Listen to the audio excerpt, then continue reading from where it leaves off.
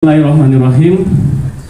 Uji publik penataan dapil untuk pemilu tahun 2024 dengan ini dibuka. Maka alokasi kursi untuk DPRD Kabupaten Pringsewu berjumlah 40 kursi. Komisi Pemilihan Umum KPU Pringsewu melaksanakan uji publik penataan daerah pemilihan dan alokasi kursi anggota DPRD Kabupaten Pringsewu pada pemilu tahun 2024. Karena jumlah penduduknya masih Giat ini dilaksanakan di Aula Regensi Hotel Pringsewu, Kamis 15 Desember 2022. Nah, untuk jumlah kecamatan, acara tersebut dibuka secara langsung oleh Ketua KPU Pringsewu Sofyan Akbar Budiman. Untuk membuat rancangan juga dihadiri oleh Ketua Bawaslu Pringsewu Muhammad Fathul Arifin. Rancangan baru, sehingga ini harus dipahami. Nampak hadir dalam kegiatan tersebut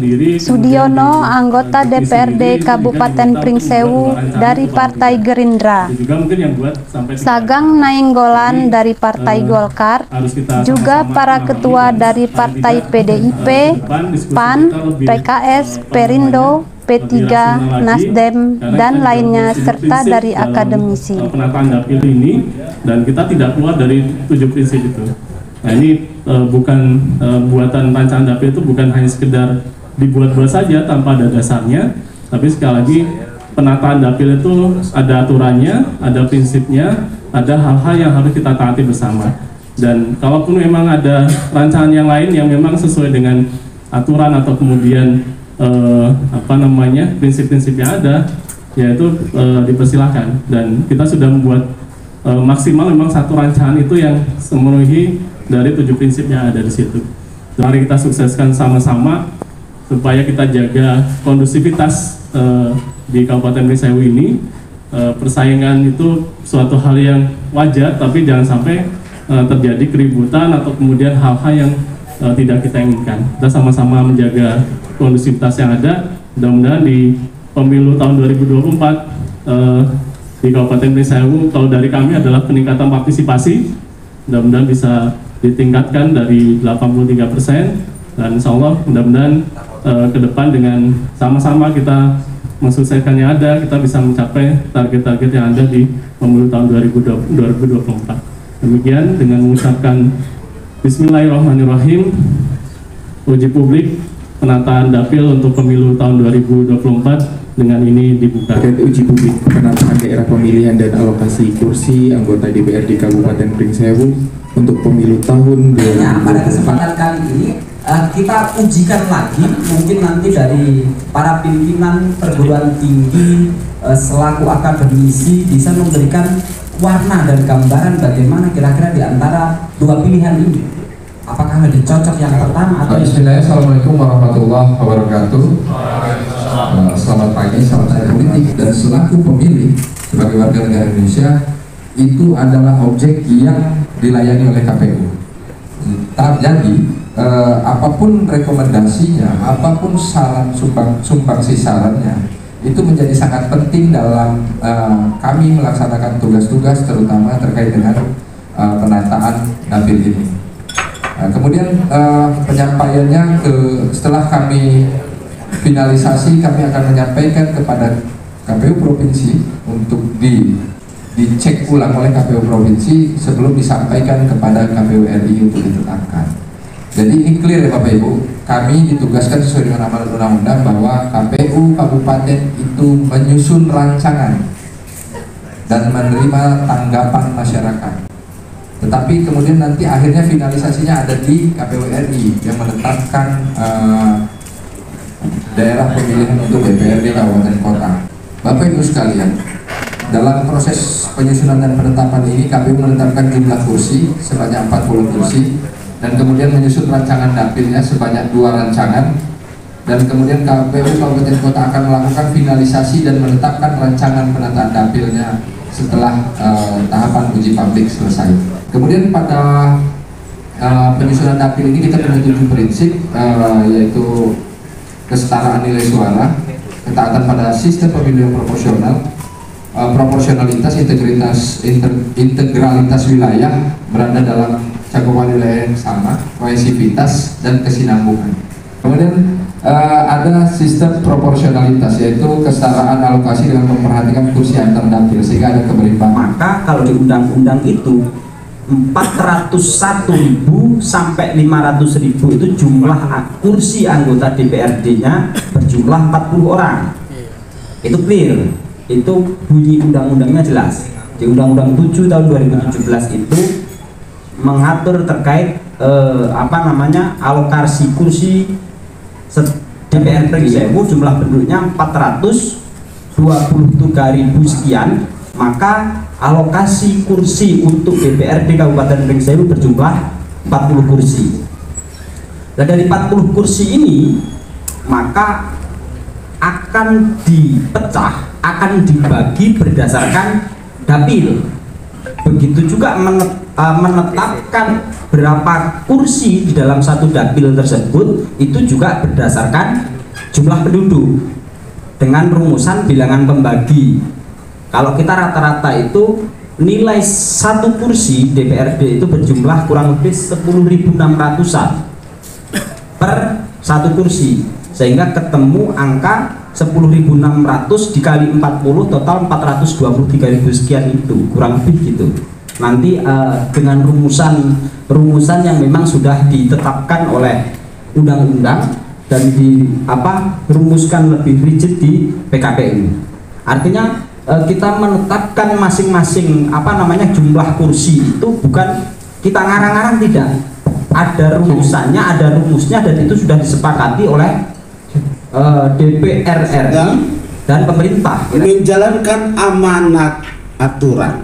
Ini kita bisa berdebat amanat.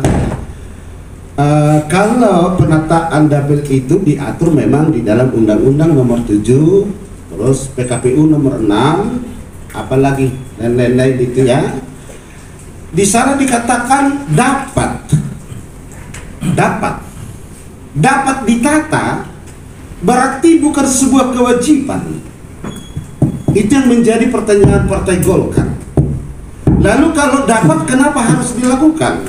Terkecuali ada perubahan wilayah karena DOK, daerah otonom baru, lalu ada penambahan kursi, itu baru kita gunakan kata wajib.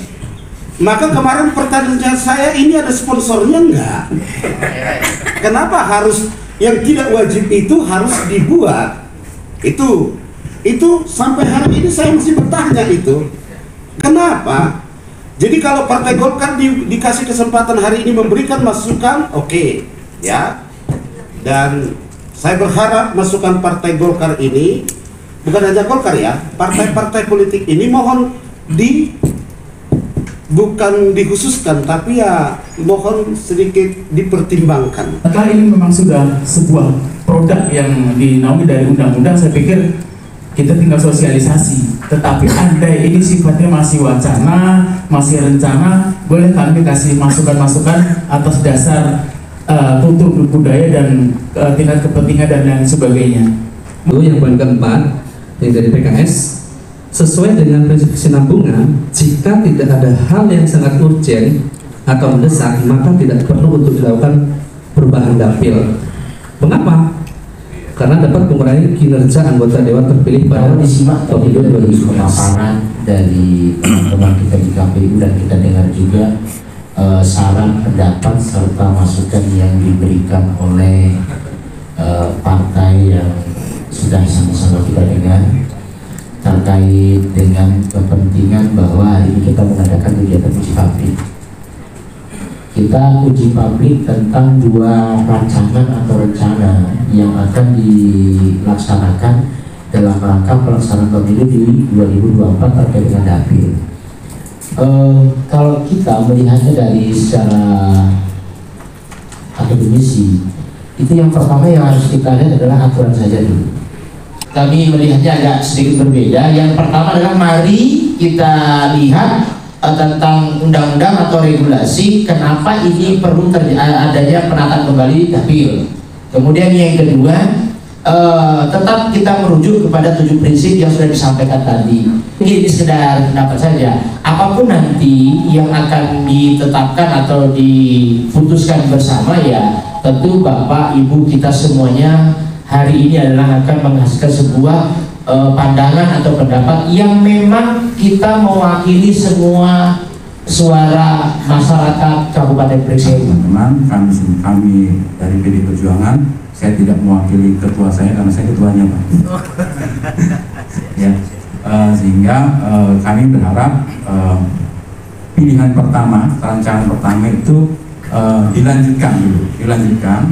Kalau nanti ada hal-hal luar biasa yang terjadi di Pringsewu, misalnya ada pertambahan jumlah penduduk yang signifikan atau ada daerah otonomi baru, misalnya Kecamatan Wates nambah misalnya, sehingga bisa jadi 3 dapil, misalnya yang Pringsewu dengan Gading jadi 3 dapil, itu bisa juga seperti dengan jumlah penduduk yang banyak. Tapi ini belum, sehingga kita masih bisa menggunakan standar yang lama terlebih dahulu. Terima kasih. Wassalamualaikum warahmatullahi wabarakatuh. Kami nggak punya alasan, intinya kami tetap mohon, kan ini masukan tetap tadi yang 2019 lembaga layanan, ya kami melayani pemilih dan peserta pemilu. Ini clear di sini ininya core bisnis kita ya, KPU di situ.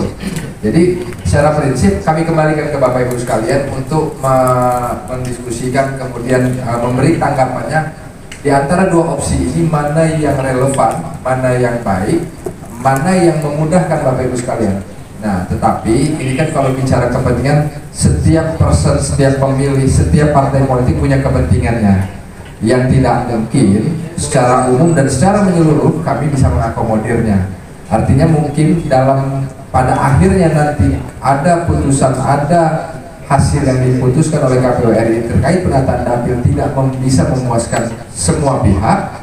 Ya, ini yang menjadi bagian dari rekomendasi-rekomendasi yang sudah Bapak Ibu sekalian sampaikan kepada forum-forum uji publik. Dari pihak-pihak yang terkait ini membantu supaya para wasit KTP yang belum melakukan perekaman KTP untuk segera merekamkan diri, sehingga pada saat nanti dibutuhkan di tahun 2024 sudah siap.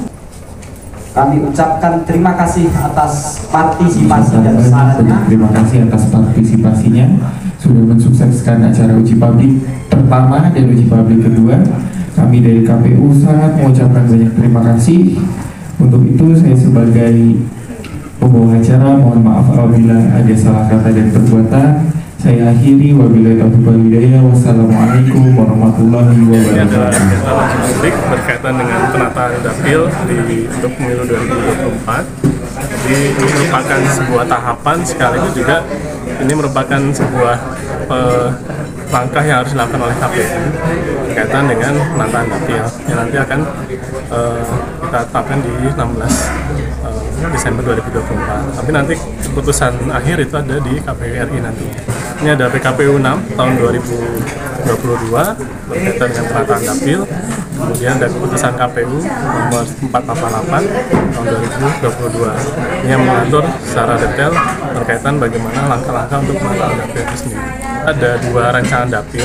Dapil yang pertama itu sama dengan dapil di pemilu 2019. Kemudian dapil yang rancangan kedua itu ada rancangan baru, yaitu ada 6 dapil, dan ini tentu ada pro kontra sendiri. Ada yang setuju dengan dapil di pemilu 2019, artinya ada 5 dapil. Ada juga yang mengusulkan untuk di rancangan yang kedua, yaitu 6 dapil itu sendiri.